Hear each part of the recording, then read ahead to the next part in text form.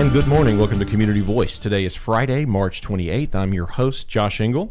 This morning's episode of Community Voice is currently being live streamed on our WLBB News Talk 1330 Facebook page. So if you have any questions for myself or our illustrious guest, Dr. Thelma Lucas, feel free to hop in the chat. You got any comments, questions, kudos, anything you got, feel free to throw that in the chat. Very, very pleased today to have Dr. Thelma Lucas with West Georgia Gastroenterology Associates here with us this morning. It is a colon cancer awareness month, or a colorectal cancer. We'll talk about that in a second. We're going to expound upon the difference there. Dr. Lucas is board certified in gastroenterology. She earned her medical degree from the University of Illinois at Chicago College of Medicine. She also completed her internship and residency and fellowship at University of Illinois Hospital in Chicago. Before we get started, what was it like living in Chicago?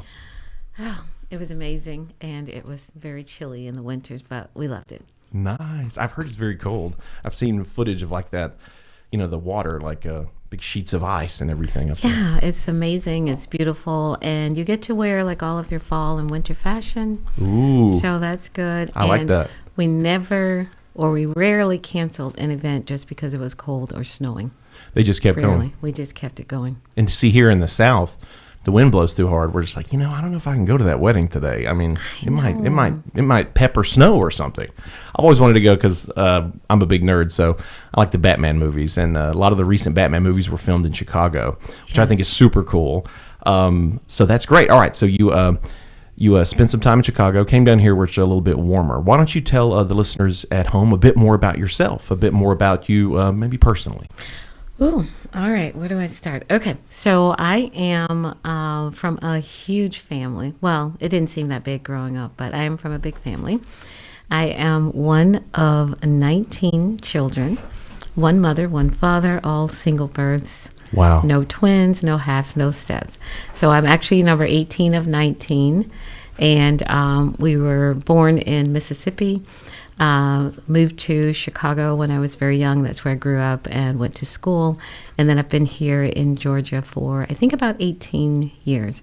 But it was a lot of fun growing up. I was at the tail end, so I'm sure my life was a lot easier than those at the beginning of it. So. Well, I'm curious. See, I'm the middle child of three. Ooh. And so I'm the Jan Brady of the family. Yes. I tend to skate by in terms of, everything else. The older and younger tended to be the ones that got blamed for stuff. Now, at being the 18th child, did you skate by, or did they pay attention to you? I probably did skate by a lot of things. There were a lot of things that the younger ones got away with that the older ones didn't. So sure. That's just the way it is. All right. Well, let's jump into it. So It is, and this is a perfect way to start. So, it's Colon Cancer Awareness Month.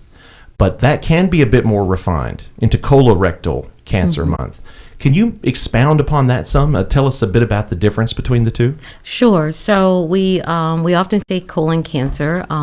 The rectum is part of the colon, so we can say colon cancer, colorectal cancer. But there are some patients that will develop a cancer in the rectum, and those cancers can be treated differently as far as need for radiation, chemotherapy, other modalities of treatment. And so sometimes the rectal cancers can be treated differently than cancers in the colon. However, when we do a colonoscopy, of course, we start in the rectum, we go through the entire colon, and anything that we see that's abnormal, we'll take a biopsy, or remove it if it's a polyp. But if we're looking at, like some statistics, sometimes in the literature, they'll divide colon cancer from rectal cancer.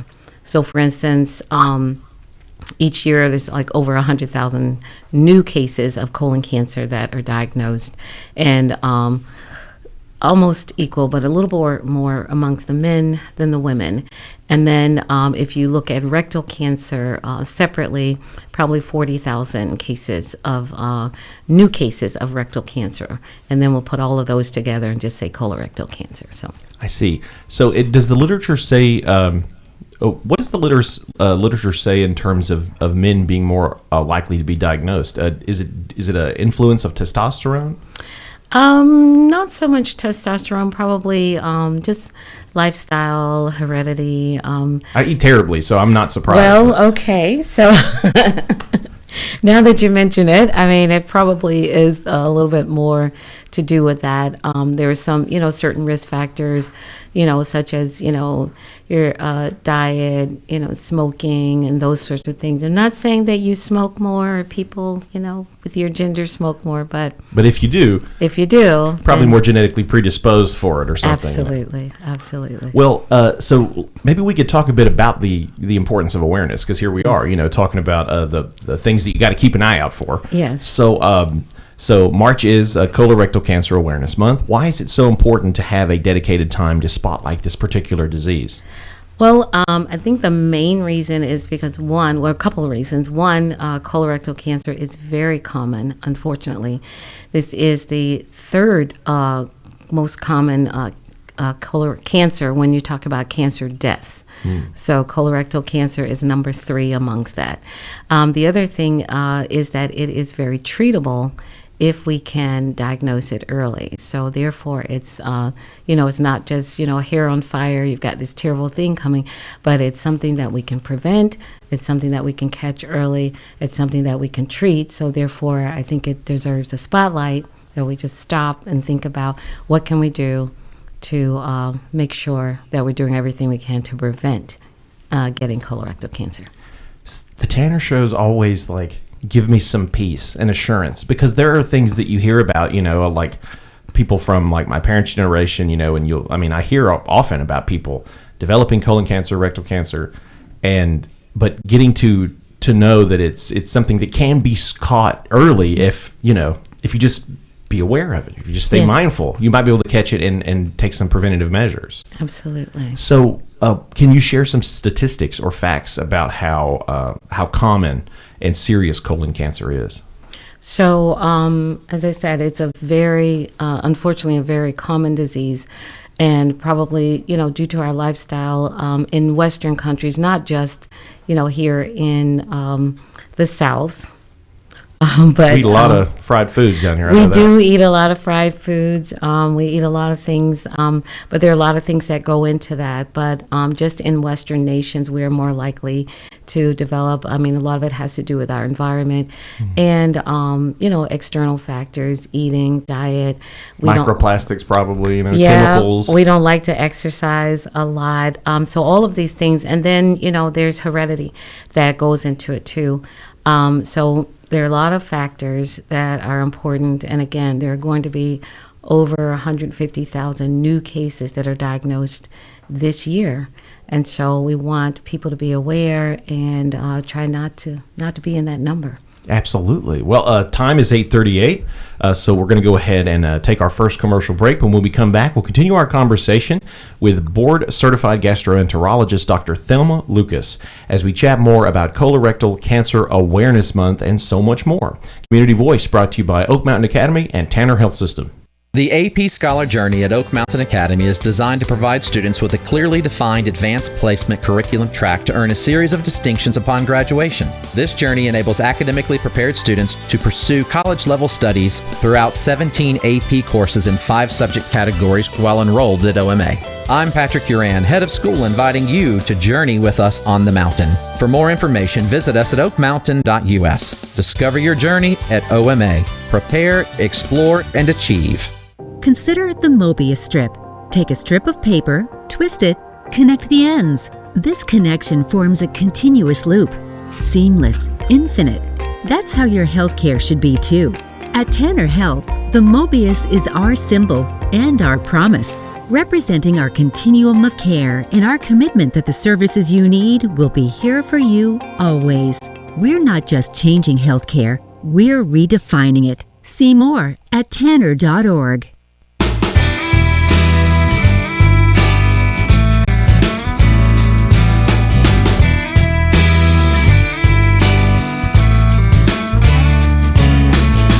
And we're back to Community Voice. I'm your host, Josh Engel. Today is Friday, March 28th, and we are continuing our conversation with Dr. Thelma Lucas.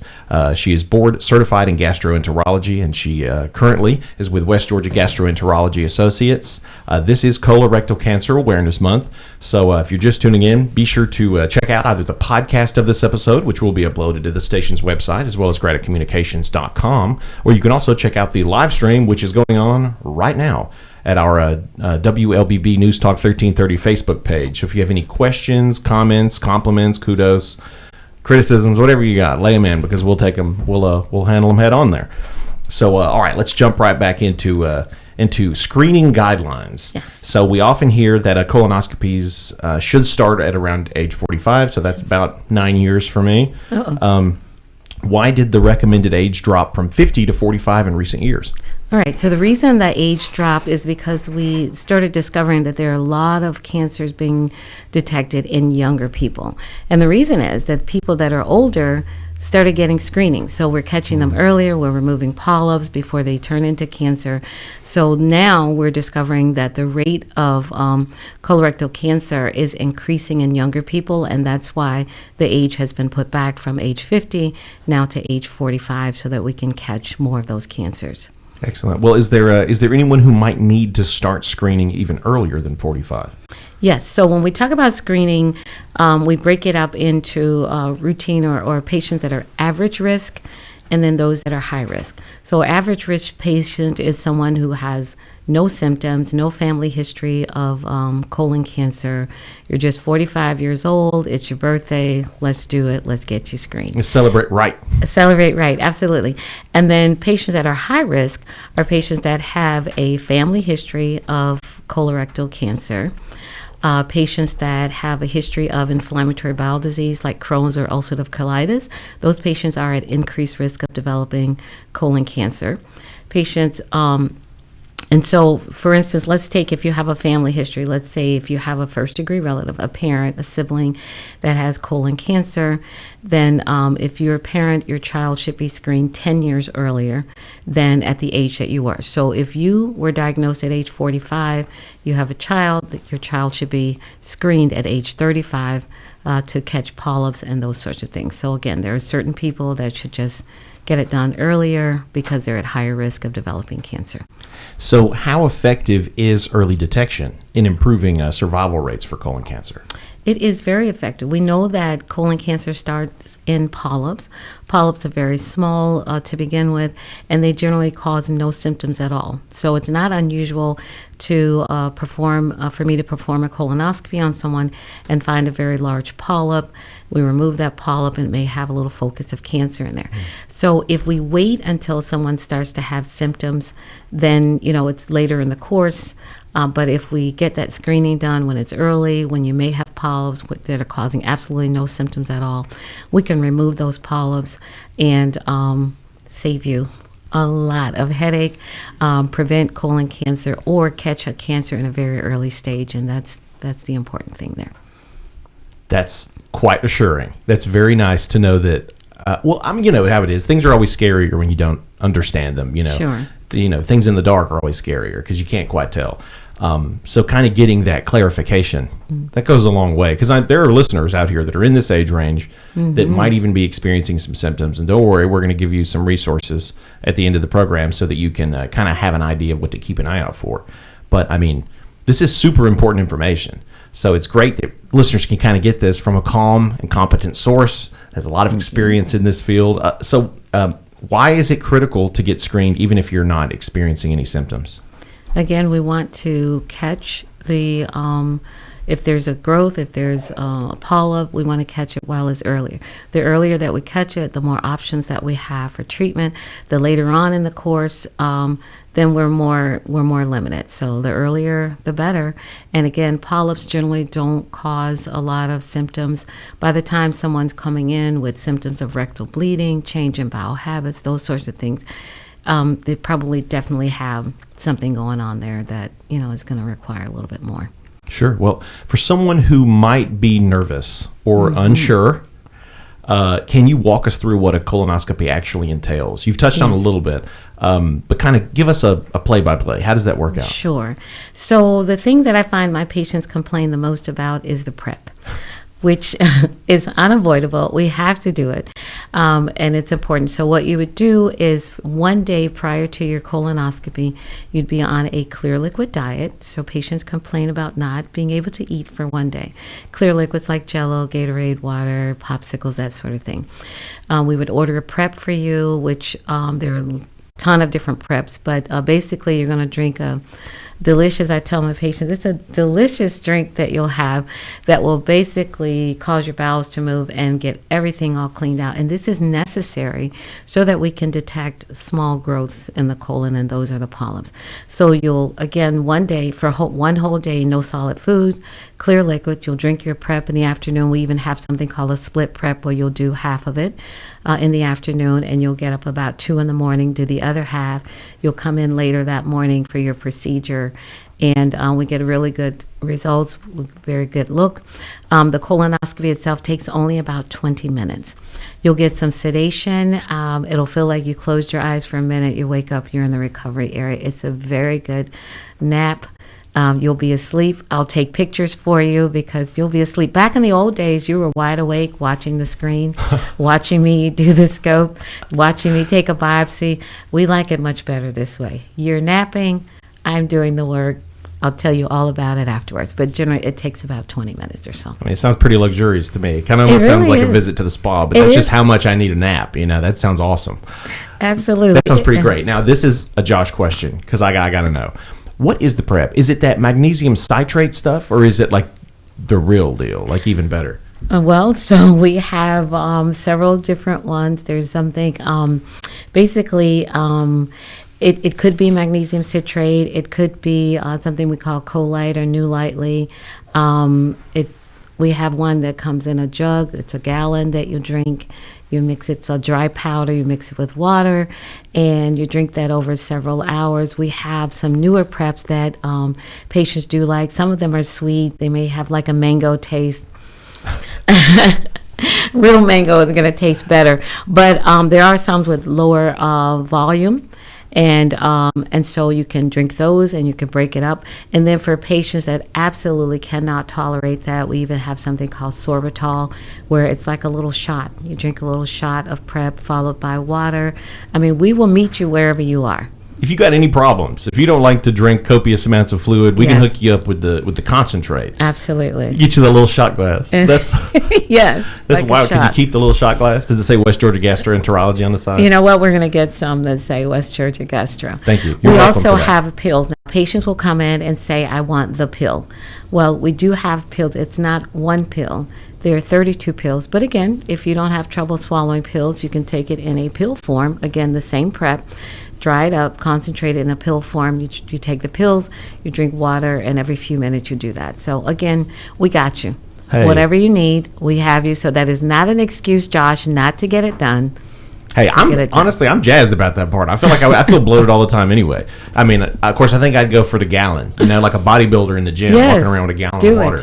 Do it. All right, well, groovy. Okay, so how frequently should people have a colonoscopy done if their results are normal, afterwards? So it depends. In general, if you are an average risk patient and we find no polyps, your next colonoscopy, you're not due until 10 years. Now, if you have a family history of colon cancer, even if your colonoscopy is normal, every 5 years you should come back. And if you have a history of inflammatory bowel disease, we want to see you back about every 3 years because you are high risk for developing colon cancer. But average risk patients, no polyps, normal colonoscopy, you have 10 years to come back. Well, check it out. I mean, that's unexpected. I would have imagined it has to be, a lot sooner. So, if you don't have any symptoms and whatnot, you would the next scheduled time would be about 10 years out. Yes, absolutely. You can do it. Well, we're going to go ahead and take our last commercial break, but we do have a comment from one of your fans here in the chat. We have from Debbie Miles Neal. Shout out to Debbie Neal. We have Dr. Lucas is awesome. Oh, thank you, Debbie. How about that? Thank you so much for that, Debbie. Bobby Gaines just joined the chat. Nice to see you there, Bobby. All right, so time is 8:50. We're going to go ahead and take our last commercial break. When we come back, we'll wrap up with about 7-8 minutes with the time we have left with Dr. Thelma Lucas from West Georgia Gastroenterology Associates. So yeah, stick with us. Community Voice brought to you by Tanner Health System and Oak Mountain Academy. The customized academic scholar journey at Oak Mountain Academy is individually designed to provide students with a personalized, clearly defined academic track that earns the student a series of distinctions upon graduation. This journey enables academically driven students to pursue a focused, rigorous course of study personalized to their wants and desires. I'm Patrick Uran, head of school, inviting you to journey with us on the mountain. For more information, visit us at oakmountain.us. Discover your journey at OMA. Prepare, explore, and achieve. Consider the Mobius strip. Take a strip of paper, twist it, connect the ends. This connection forms a continuous loop. Seamless, infinite. That's how your healthcare should be too. At Tanner Health, the Mobius is our symbol and our promise, representing our continuum of care and our commitment that the services you need will be here for you always. We're not just changing healthcare, we're redefining it. See more at tanner.org.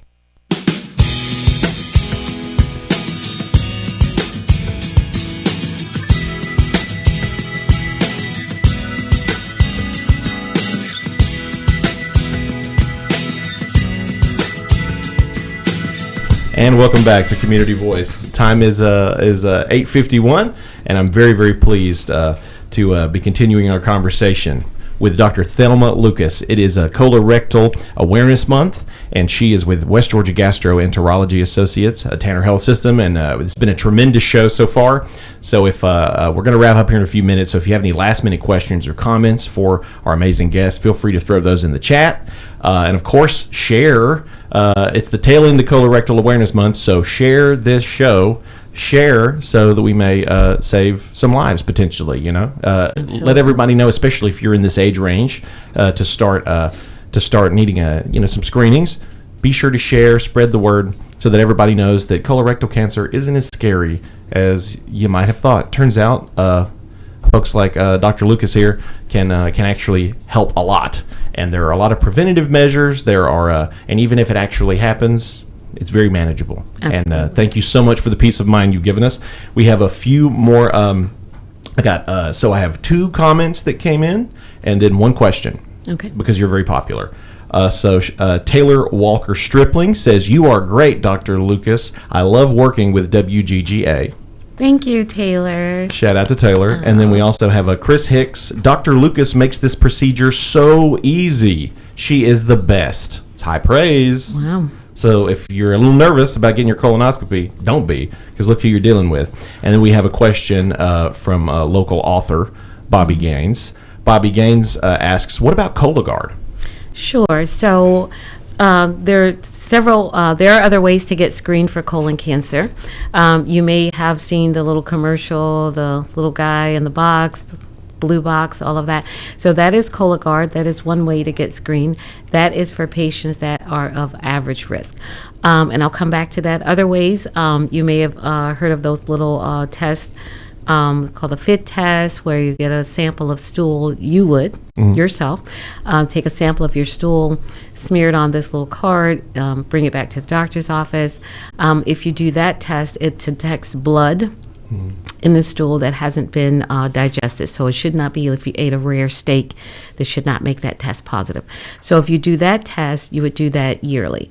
The Cologuard is another little test. Some of the insurance companies will send it out. You'll get it in the mail. You follow the directions. Again, you get a sample of your stool, put it in the box, put the little blue guy back in the mail. And if that Cologuard test is negative or normal, then you won't need to do that one again for 3 years. However, if you have a family history of colon cancer, if you have any symptoms, the Cologuard is not for you. This is for average risk patients with no symptoms at all.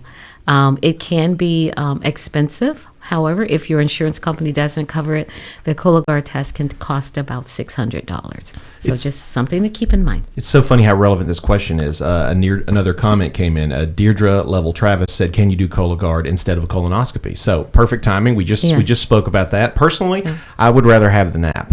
Yes, so I think absolutely. I would go with the colonoscopy. I mean, to me, that sounds a lot more fun. Yes. So let's hit prevention tips. Okay. Beyond screenings, what can people do in their everyday lives to reduce the risk of developing colorectal cancer? Yeah. So things that we can do are things that we can do to decrease the risk of developing all cancers. Eat healthier. Eat more vegetables, more fiber in our diet. We need to exercise. We really do. Get our weight down.